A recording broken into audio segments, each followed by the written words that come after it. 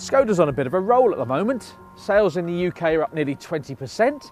The Skoda Citigo is the current Auto Express car of the year. And Skoda is always sitting at the top of our driver power customer satisfaction survey. So this, the all-new Octavia, which is based on the new Golf, it's bigger than the new Golf and it's cheaper than the new Golf. Skoda have got to be onto another winner, haven't they? Haven't they? Now Volkswagen has had some criticism over the new Golf being, well, just a little bit dull to look at.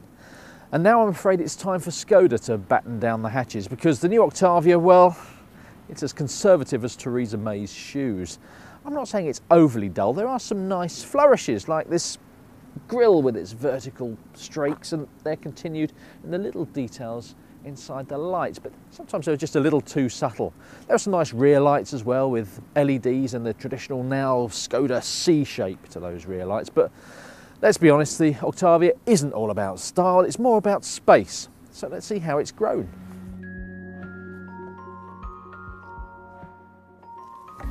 The Octavia has always been a big car, but this one is even bigger. Yes, it's grown, but you will not find a car of this price with more space in the back. Loads of knee room, almost Mondeo levels of knee room. Decent amount of headroom, again more than the old car. Bit of a transmission tunnel in the middle here, so you're going to draw the short straw if you're the middle one of three, but generally speaking it's huge back here. And the other thing I like is the Volkswagen build quality. Just listen to me shutting this door. The space story continues in here with what is the biggest boot in the class. Over 500 litres of space. It's absolutely enormous. Bit of a lip to get down. It's probably about a 6-inch drop there, but loads of little clever features, these sort of nets, and my favourite one of all, ever wondered what to do with the parcel shelf if you're caught shopping and you need a bit more space? Worry not, Skoda has thought of everything. Knock it out and slide it down there.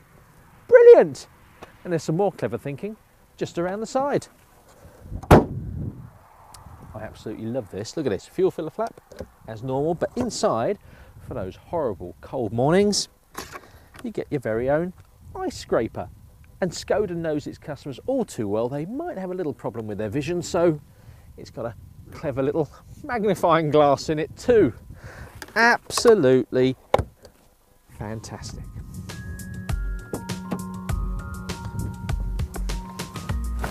Okay, let's play a game. Let's see if we can see where Skoda has saved some money. Well, it's not immediately apparent anywhere.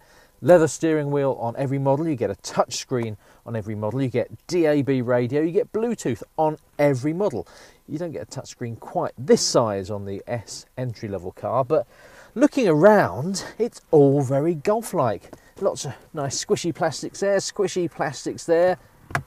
That feels a bit cheap on the glove box. Oh, the bottle test. Cup holders, but they're a bit shallow, so the bottles might kind of fall over a bit, but never mind. The electric window switches, they're lacking a little bit of chrome. The Golf gets a bit of chrome, but frankly, who cares? This is a very conservative, again, in terms of design, but a very upmarket cabin. I like it. But what's it like to drive?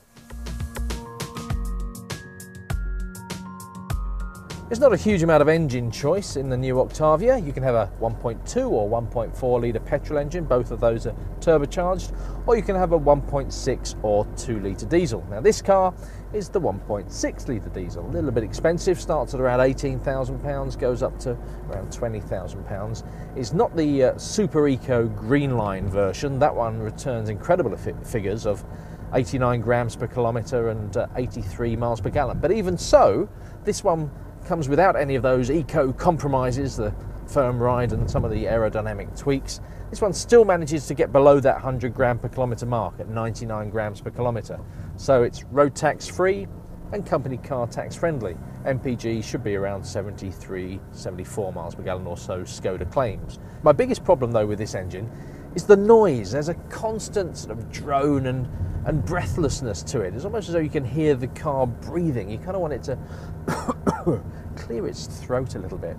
Otherwise, we've been over some pretty ropey roads, and the ride is okay. It's not going to jolt and jerk you around too much. It's not golf comfy, but it's not too bad. Similarly, the handling, it's okay.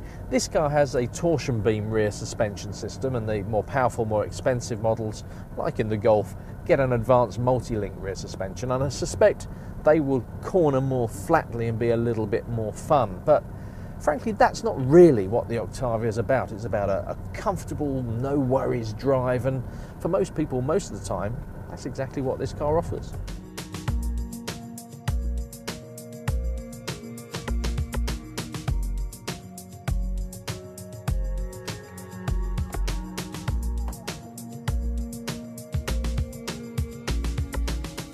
So that, my friends, is the new Skoda Octavia. On its own, it's a really, really good car, but somehow the sum of its parts don't add up to a Golf. Now, that could be a good or a bad thing. I'd say it's about 10% not as good as a Golf in most areas. The engine's just a little bit noisy, the ride's not quite as good. But then, look at it. You're getting much more than a Golf, and you're paying less than a Golf. At the end of the day, you pays your money, you takes your choice. This is a seriously good car.